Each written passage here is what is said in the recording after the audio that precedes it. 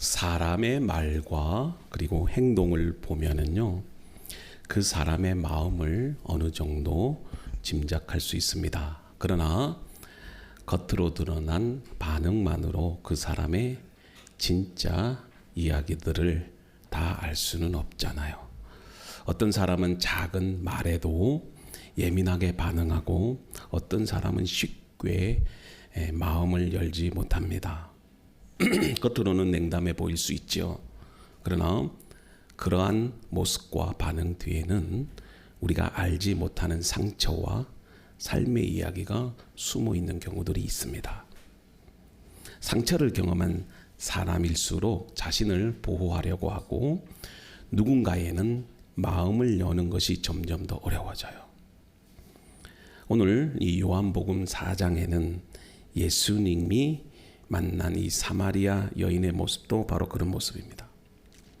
많은 사람들은 이 장면을 유대인과 사마리아의 어떤 역사적 갈등으로 설명을 하는데요. 물론 그 배경도 중요하지만 본문을 우리가 더 깊이 묵상해 보면 이 여인의 반응에는 그보다 더 깊은 삶의 애환과 아픔과 상처가 있어요. 이 여인은 예수님과의 대화 가운데 5번이나 결혼 생활을 합니다. 여러분들은 어떤 생각이 듭니까? 정상적 여자는 아니겠죠. 남편에게 버림을 받고 그로 인해서 이용을 당하고 뭔가 내면의 아픔과 상처가 있다는 것을 아마 이 요한 사도는 5번의 결혼을 통해서 우리에게 말하고 있는 것 같아요. 그래서 말씀을 보니까 보통 중동 한낮은요 사람들이 활동을 안 합니다. 혹시 여러분들이 여행을 가보면 한 12시부터 3시까지는 도시 전체가 고요합니다. 왜냐하면 일을 할 수가 없습니다. 근데 그 여인이 한낮 그것도 12시에 무거운 물덩이를 이고 홀로 물을 기르러 물가로 옵니다. 어떤 생각이 드세요? 사람들의 시선을 피하고 싶었겠죠. 아마 공동체 속에서 그는 많은 상처와 아픔을 갖고 사람들을 피할 수밖에 없었던 그런 상처를 가진 여인이었음을 우리는 보게 됩니다. 자, 그러자 예수님께서 의도적으로 이 사마리아 땅 수가성에 있는 그 우물가에서 이 여인을 만납니다. 그리고 예수님이 먼저 말을 걸어요. 그때 이 여인이 보인 반응은 역사적으로 문화적으로 그렇게 표현을 합니다. 왜냐하면 유대인들은 역사적으로 사마리아인을 상종치 않습니다. 나중에 또 자세한 얘기를 하겠지만 이 마음 깊은 곳에 자리한 어떤 경계심 또 그런 상처를 이 예수님께 표현한 것일 수도 있어요. 근데 놀라운 사실은 예수님이 바로 그 지점에서 이 여인을 만나 주셨다는 겁니다. 이 여인은 겉모습이 아닌 예수님께서 이 마음의 깊은 상처와 어떤 갈증을 보신 거예요. 그래서 예수님이 물을 달라고 하시는데 요한 사도가 의도적으로 물을 달라고 한 것은 예수님이 그냥 단지 목마름이 있었기 때문에 이 여인에게 물을 달라고 한 것이 아니고 이미 그녀의 영혼을 만지시는 과정이었고 그 과정에서 이 생수를 중심으로 물을 중심으로 대화를 이끌어 가셔요. 요한복음 4장이 이 사실을 잘 보여주는데요.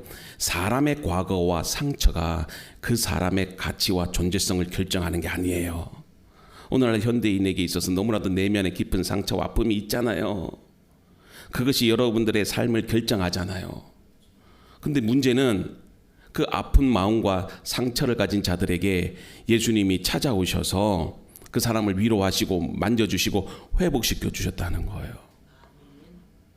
그래서 중요한 것은 하나님께서 나를 어떻게 바라보시는가, 세상보다 하나님이 나를 어떻게 바라보시는가, 그게 더 중요해요.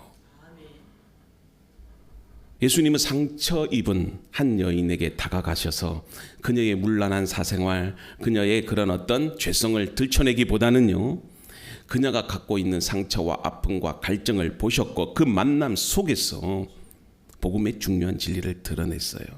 오늘 그것을 우리가 한번 확인해 보고 그 속에서 교훈을 얻고자 합니다. 사람의 마음은요, 경험에 의해서 조금씩 모양이 만들어집니다. 기쁨과 사랑을 경험하면 사람은요, 온전한 인격자로 성숙하게 되고 또 마음을 쉽게 엽니다. 근데 반복되는 상처와 실패는요, 마음을 닫게 만들어 버려요. 한 번의 아픔은 시간이 지나면 잊혀질 수 있어요. 그러나 상처가 계속 쌓이면은요, 사람의 시선과 그 해석 방식 자체가 달라집니다. 그때부터 사람은요, 다른 사람들을 쉽게 믿지 못하게 되고 새로운 관계를 시작하는 조차도 점점 조심스러워져요.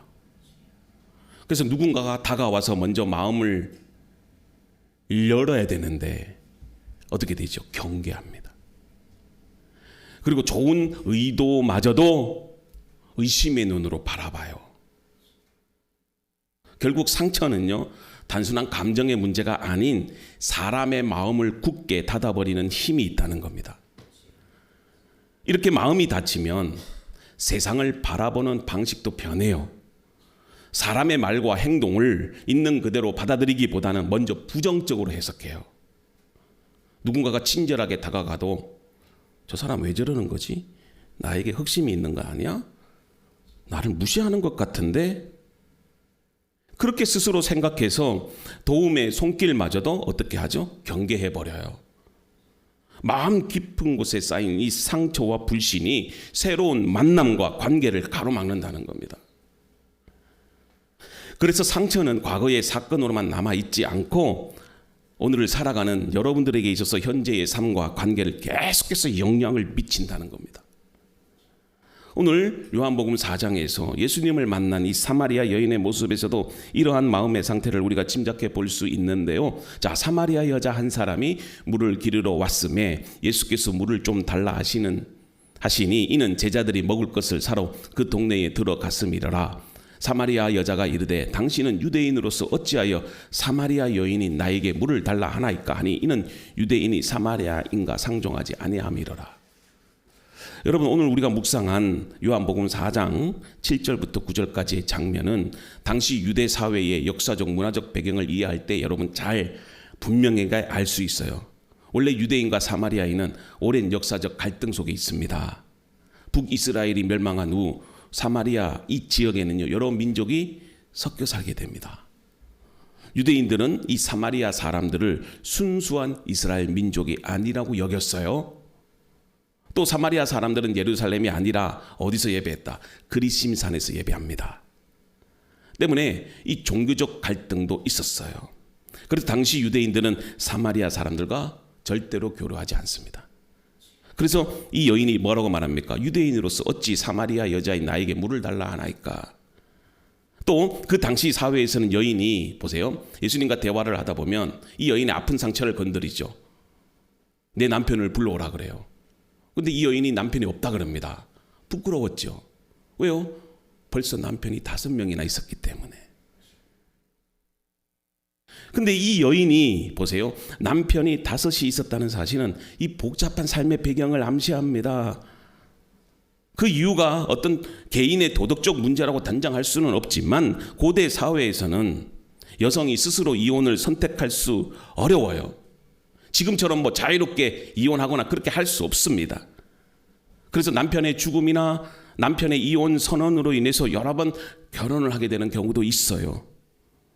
따라서 이 여인의 삶은 단순히 비난의 대상이라기보다는 상처와 실패 그리고 사회적인 소외 속에서 살았을 가능성이 있다는 걸 보여줘요. 예수님이 또 뭐라고 말합니까? 지금 있는 남편도 네 남편이 아니야 그래요. 이 말은 그녀가 안정된 가정과 관계 속에 있지 못했음을 보여줍니다.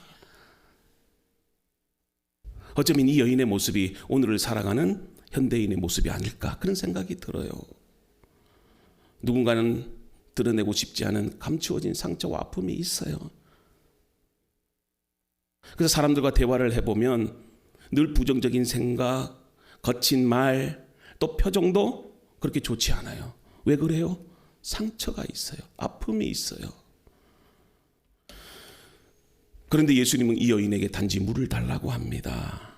근데 이 여인은 그 예수님의 말을 그대로 받아들이지 않죠. 왜요? 이미 상처가 있으니 마음이 다친 거예요. 그래서 이 여인이 반응을 합니다. 뭘 반응하죠? 경계하잖아요.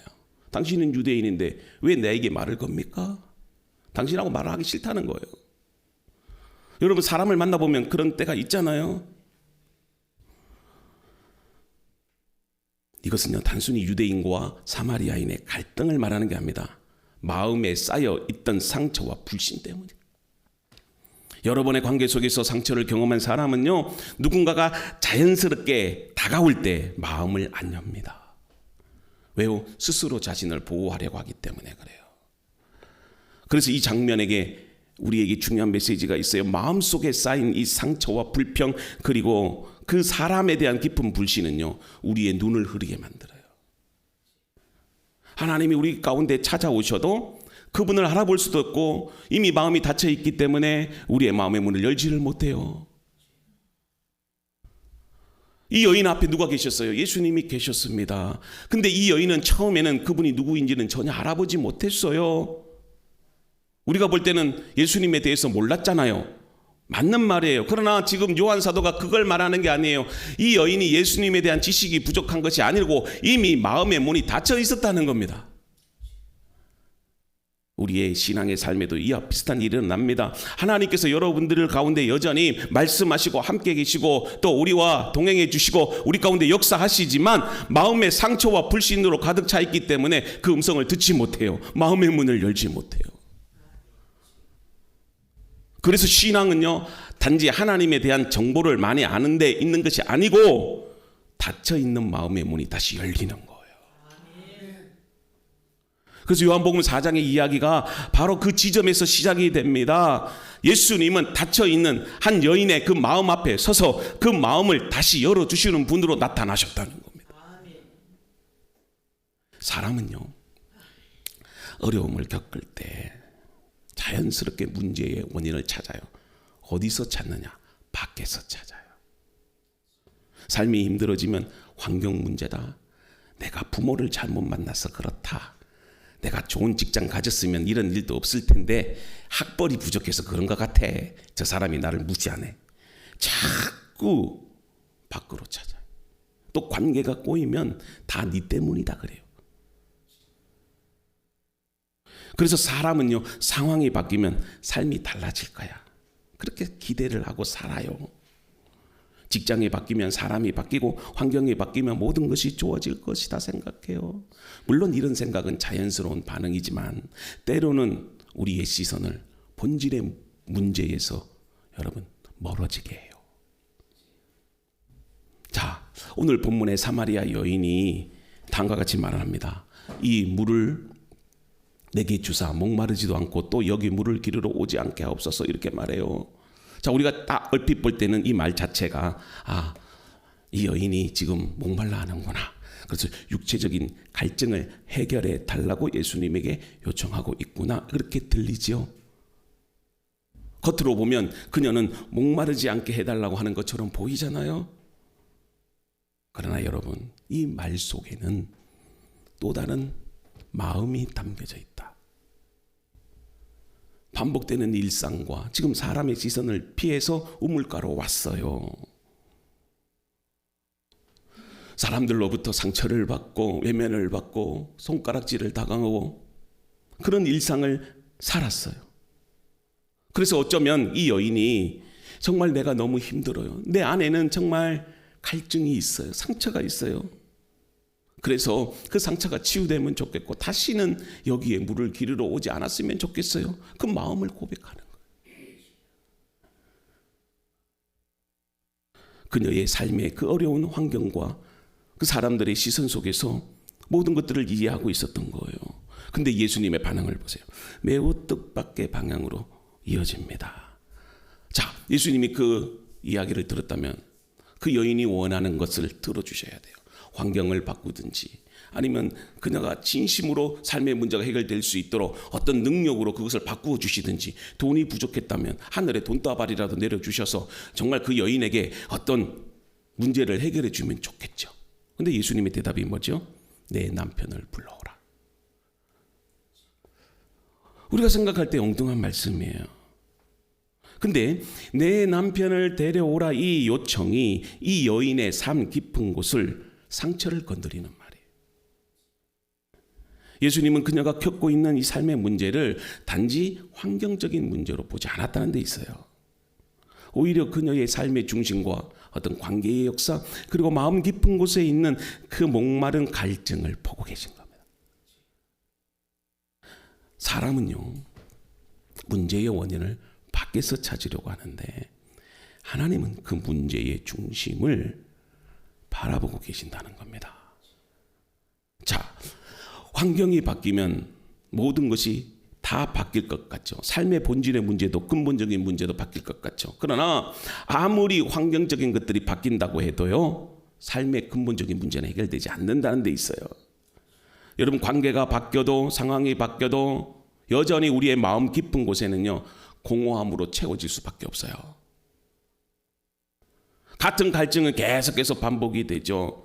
그래서 예수님은 이 여인의 환경이 아니라 그녀의 삶의 중심을 향해서 말씀합니다.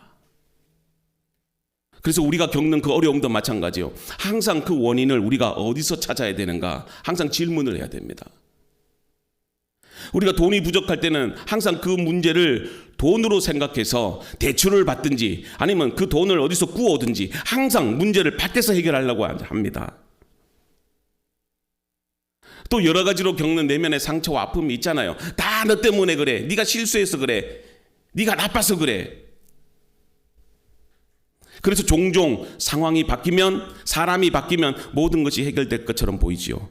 그러면 그 다음에는 그 문제가 안 나타납니까? 예수님은 항상 그 삶의 근본적인 문제를 바라보십니다. 그래서 그 문제가 회복이 될 때 삶의 방향도 함께 달라진다는 사실을 우리가 볼 수 있어요.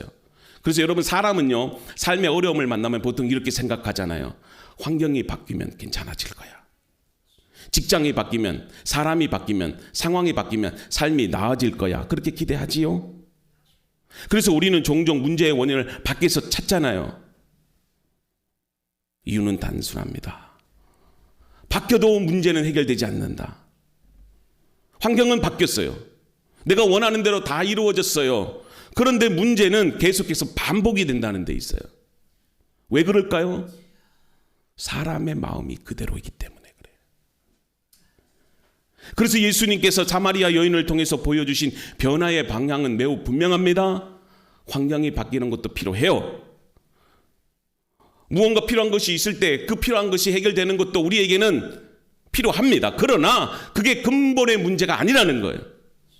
중요한 것은 사람이 바뀌어야 여러분 삶이 바뀐다는 거예요. 요한복음 4장에서 여인은 이렇게 고백하잖아요. 이 물을 내게 주사 목마르지도 않고 또 여기 물을 기르러 오지 않게 하옵소서. 겉으로 볼 때는 단순한 목마름을 해결하는 것처럼 보이잖아요. 그러나 이 여인의 말에는요, 더 깊은 마음이 담겨져 있습니다. 이 여인은 매일의 사람의 시선을 피해서 우물에 와야 하고 반복되는 관계의 그 상처 속에서 살아온 삶이 그녀의 마음을 지치게 만들었습니다. 그래서 그녀는 어쩌면 이렇게 말하고 있을지도 몰라요. 예수님, 이 상황을 좀 벗어나게 해주세요. 내 삶의 환경을 좀 바꿔주세요. 그런데 예수님의 반응은 전혀 달랐잖아요. 환경을 바꿔주지 않겠다, 바꿔주겠다 그렇게 말씀하지 않았어요. 대신 이렇게 말씀하지요. 내 남편을 불러오라. 여러분, 마음이 새로워진다는 건요, 알버트 앨리스 한 심리학자가 이런 말을 합니다. 사람은 환경에 의해서만 결정되는 존재가 아니라 환경을 해석하는 마음에 의해서 삶이 결정된다고 해요. 보세요. 같은 상황 속에서도 어떤 사람은요, 삶이 무너지는데 어떤 사람은 새롭게 새로운 길을 발견한다는 거예요. 그러니까 그 차이의 문제가 환경이 아니고 마음의 방향에서 시작된다는 거예요. 한 가지 예를 들어보면 두 사람이 같은 회사에서 갑작스럽게 구조조정을 당했어요. 같은 날 같은 이유로 직장을 잃었는데요, 상황을 보면 두 사람 모두에게 일어난 사건은 완전히 동일해요. 그러나 그 이후의 삶은 완전히 다르게 흘러갔습니다. 한 사람은 집에 돌아와 이렇게 말했어요. 이제 내 인생은 끝났다. 나는 실패한 사람이다. 계속해서 자신을 비난하고요, 사람들을 피해서 점점 더 의욕을 잃어갑니다. 결국 그는요, 아무것도 일도 시작하지 못한 채 삶의 의미만을 잃어버리고 있습니다. 반면에 다른 사람은요, 같은 일을 겪고도 이렇게 말합니다. 그래, 지금은 힘들겠지만 이것이 내 인생의 새로운 시작이 될 수도 있어. 지금은 힘들어 보일지라도 노력하면 될 거야. 다시 한번 시작해 보자. 몇 년 어떻게 됐을까요? 그는 이전보다도 더 의미 있는 일을 하며 살아가게 된 거예요. 자, 흥미로운 사실은 뭐예요? 똑같은 사건이 있었다는 거예요. 그러나 둘 다 같은 직장을 잃었지요. 삶의 방향은 달랐어요. 왜 그럴까요? 사건 자체가 아니에요. 환경 자체가 아니에요. 그 사건을 어떻게 해석하느냐에 따라 달라졌다. 그래서 믿음은 뭡니까? 똑같은 상황에 대해서 내가 어떻게 해석하고 받아들이냐에 따라 달라지는 거예요. 고난이 있고 시련이 있고 상처가 있으면 그것을 통해서 우리가 불평하고 원망하고 주저앉기보다는요, 그것을 믿음으로 해석하고 은혜로 해석해서 그래, 하나님의 선하신 뜻이 있을 거야. 지금은 나도 이해되지 않지만 언젠가는 하나님께서 나에게 새로운 일을 시작하실 거야. 나를 통해서 놀라운 일들을 행하실 거야. 나를 위로해 주시고 회복시킬 거야. 그런 믿음으로 살아가다 보면 그 믿음대로 응답의 역사가 나타난다는 거예요. 그래서 여러분 절망하지 마세요. 상황을 보고 비판하지 마세요. 넘어지지 마세요. 주저앉지 마세요. 다시 시작해 보세요. 다시 일어나 보세요. 언젠가는 여러분들 하나님의 은혜였습니다. 고백할 날이 있을 겁니다. 저는 우리 로뎀 성도들이 그런 성도들이 되면 좋겠어요. 물론 눈물 흘릴 때도 있고 마음 아파할 때도 있어요. 그럴 때는 우세요. 그럴 때는 힘들어하세요. 그러나 다시 마음을 가다듬으세요. 그래, 다시 시작해보자. 내 인생 이대로 끝날 순 없어. 모든 걸 주께 맡기고 한번 인생 살아보자. 반드시 하나님께서 위로해 주시고 응답해 주십니다. 저는 그런 하나님을 믿습니다. 여러분들도 그런 믿음으로 살 수 있기를 바라요. 사람을 무너뜨리는 건 사건이 아닙니다. 환경이 아닙니다.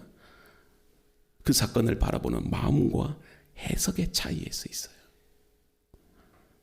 같은 상황 속에서도 어떤 사람은 절망에 머물고 어떤 사람은 새로운 길을 발견해요. 그래서 영성 작가인 헨리 나우엔이 이런 말을 합니다. 상처 입은 치유자라는 책이 있는데요, 우리의 삶의 진짜 변화는 상황이 완벽해질 때가 아니라 마음이 새로워질 때 시작이 됩니다. 예수님은 이 여인을 상황을 바꿔주기 위해서 온 게 아니고 마음을 새롭게 해주기 위해서 오신 거예요. 그래서 예수님은 단순하게 물을 주는 게 아니라 목마르지 않는 영원한 생수를 주시는 거예요. 외적인 환경을 바꾸는 것이 아니라 그 마음에 있는 상처를 생수로 치유하셨던 겁니다. 제가 하고 싶은 말이 이거예요. 사람이 바뀌면 삶이 바뀝니다. 한번 따라서 합시다. 사람이 바뀌면 삶이 바뀐다. 이런 믿음으로 살 수 있기를 바랍니다. 자, 그러면 이 사마리아 여인의 삶의 근본적인 문제가 뭘까요? 둘째는요, 자신을 바라보는 시선의 문제다. 그녀의 마음속에는요, 이미 스스로를 부끄럽게 여기는 마음이 있었다는 거예요. 자기 스스로를 자기 스스로 정죄하는 거예요. 가치 없는 인생이 아닌데 스스로 자기 자신의 삶을 가치 없는 인생으로 느끼는 생각이 자리 잡고 있었다는 거예요. 여러 번의 관계의 실패와 사람들의 시선 속에서 그녀는 점점 더 자신을 숨기며 살아가요. 그래서 그녀는요, 사람들이 마주치는 그 시간을 피해 가장 더운 그 중동 한낮에 그 무거운 물동이를 끼고, 아마 여러분들 어렸을 적에 나이 드신 분들은 알 거예요. 그 물동이만 들어도 힘들어요.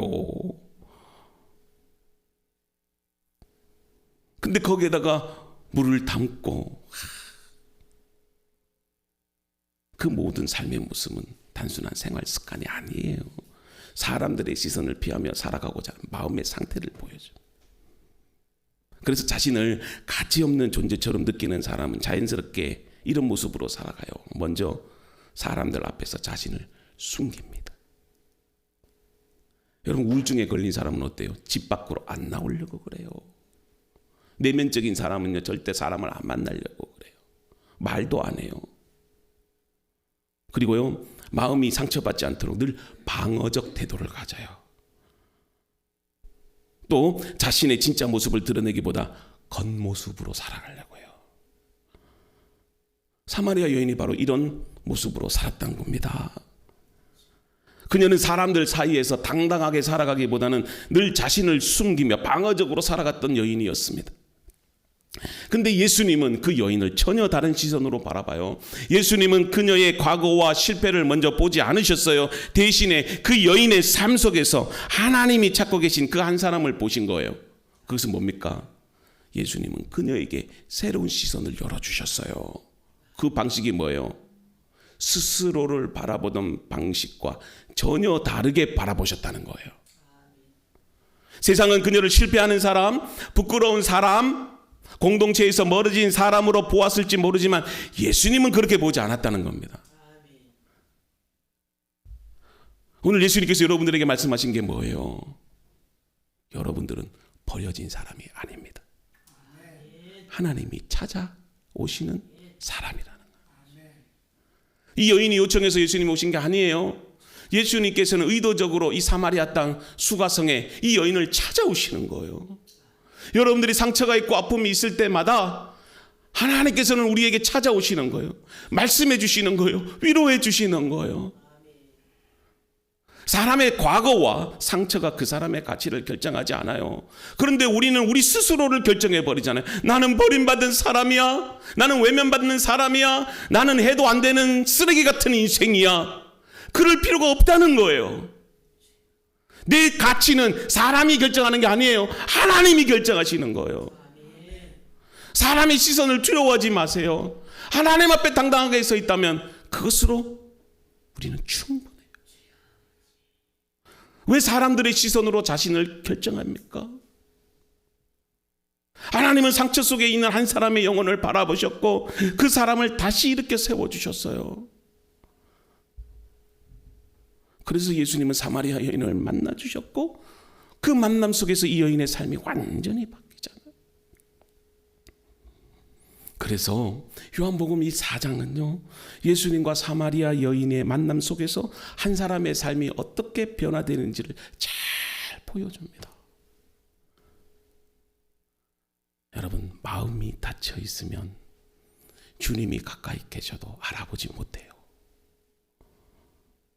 왜냐하면 상처와 실패, 마음속에 쌓인 그 불평은 사람의 이 시선을 어둡게 만들어요.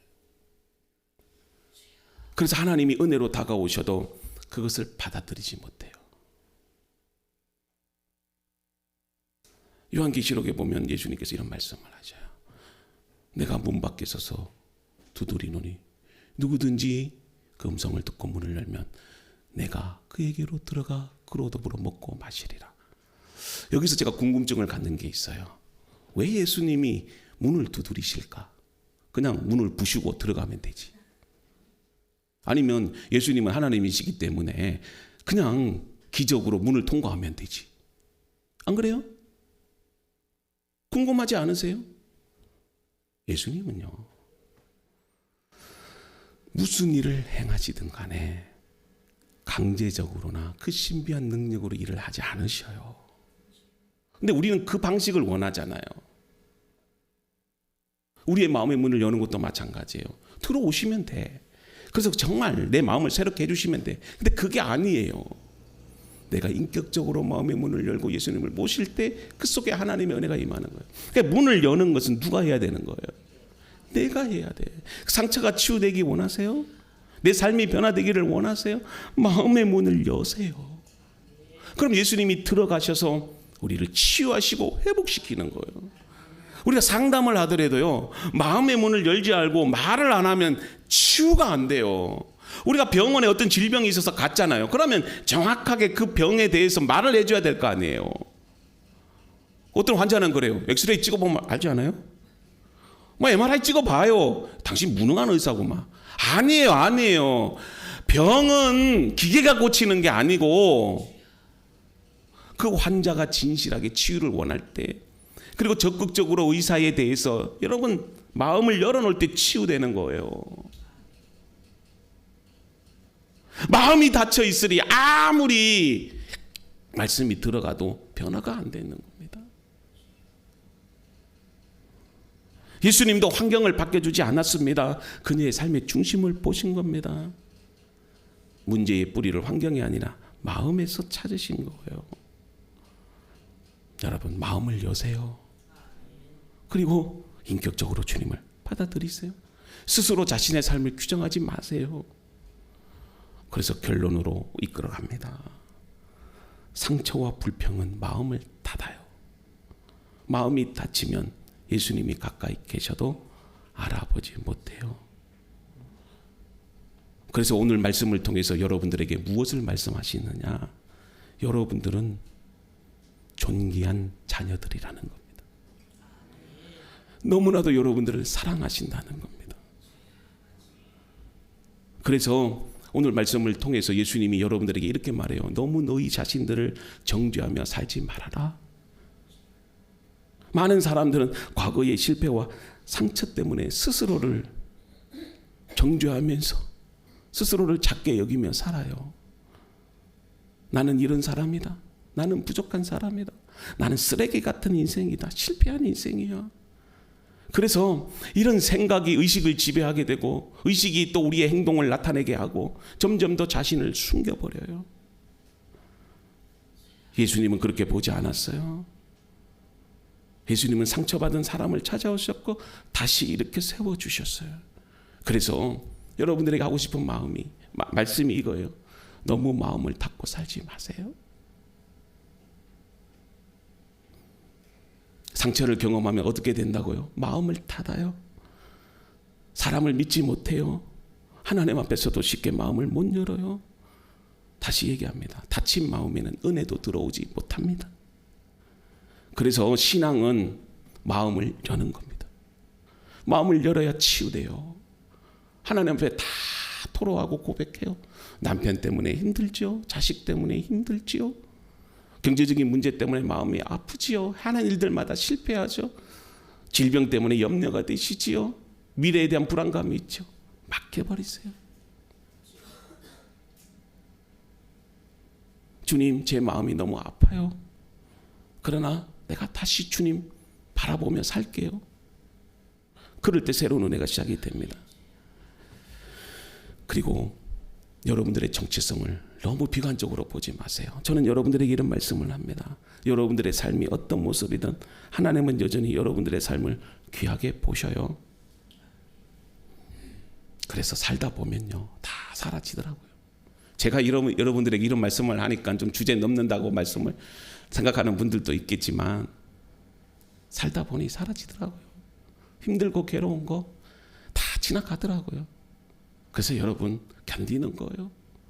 제가요, 참 뮤지컬은 보지 않았지만 우리 주희가 저한테 아빠 이 뮤지컬은 꼭 봐야 돼. 그게 뭔데 그랬더만 봐봐 서편제라는 뮤지컬인데 찬송가가 나와요. 자, 우리 한번 볼게요.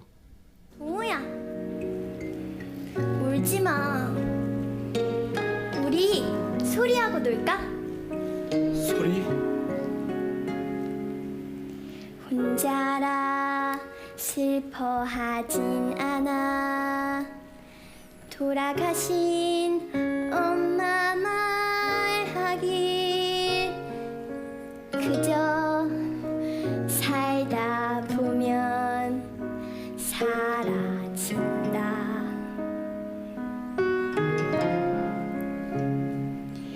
그 말 무슨 뜻인진 몰라도 기분이 좋아지는 주문 같아.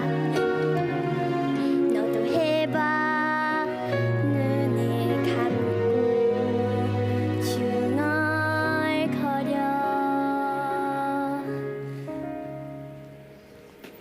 그저 살다 보면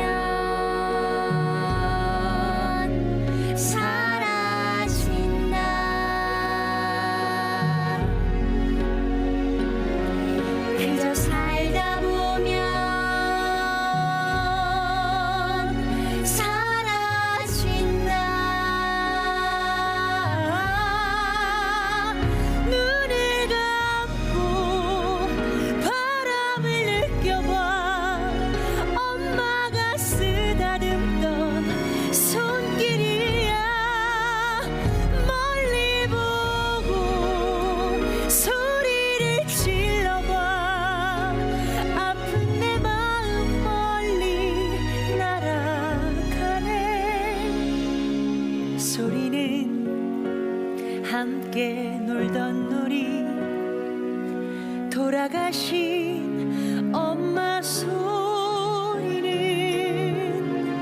너도 해봐. 눈을 감고 소리를 질러.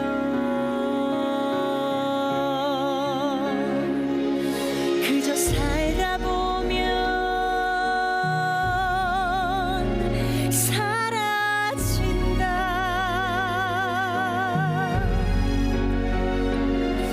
그저 살다 보면 사라진다. 눈을 감고 바람을 느껴봐. 엄마가 쓰다듬던 손길이야. 멀리 보고 소리를 질러봐. 아픈 내 마음 멀리 날아가네. 동호야? 어머, 저것이 뭐다냐, 동호야? 저기 크게 저기 저거 말이야. 아, 저것이 안 보여. 아, 누나 뭐? 살다 보면 사라지더라고요. 왜냐하면 하나님이 보실 때 여러분들은 너무나도 소중하고 귀한 하나님의 자녀들이기 때문에 그렇습니다. 그래서 그 아들을 우리에게 주셨고 여러분들을 영원한 생명으로 이끄신 거예요. 환경에 의해서 나를 규정하지 말고 세상의 눈으로 나를 판단하지 마세요. 비록 내가 가난하게 살아도, 상처가 있어도, 힘들어도 하나님은 여러분들을 보배롭고 존귀하게 여기신다는 거예요. 어쩌면 이 여인이 오늘 현대인들을, 오늘 그리스도인들을 보여주는 모습이기도 해요. 외면받고 사람 만나는 것이 두려워서 그 한낮 뜨거운 태양 아래 무거운 물덩이를 이고 살아왔죠. 우리 어머님들의 삶을 보세요. 남편에게 무시받고 사회에서 냉대를 받고 자식 4명을 키우면서도 저 자식들을 위해서라면 내가 살아야지, 이렇게 잘 살잖아요. 중요한 것은 완벽한 사람이 되는 게 아닙니다. 하나님이 나를 어떻게 바라보시는가. 사랑을 알면 성숙해져요. 사랑을 깨닫게 되면 이해가 돼요. 그래서 마음이 열리니까 성령께서 내 안에 역사하시는 거예요. 오늘 우리에게 주시는 메시지는 이걸 겁니다. 상처가 있어도 괜찮습니다. 실패가 있어도 괜찮습니다. 하나님은 여전히 여러분들을 찾고 계시고 여러분들을 보배롭고 존귀한 존재로 바라보고 계십니다. 이 말씀으로 힘을 얻고 한 주간도 승리하며 살아가는 우리 로덴 가족 여러분들이 되기를 주님의 이름으로 축복합니다.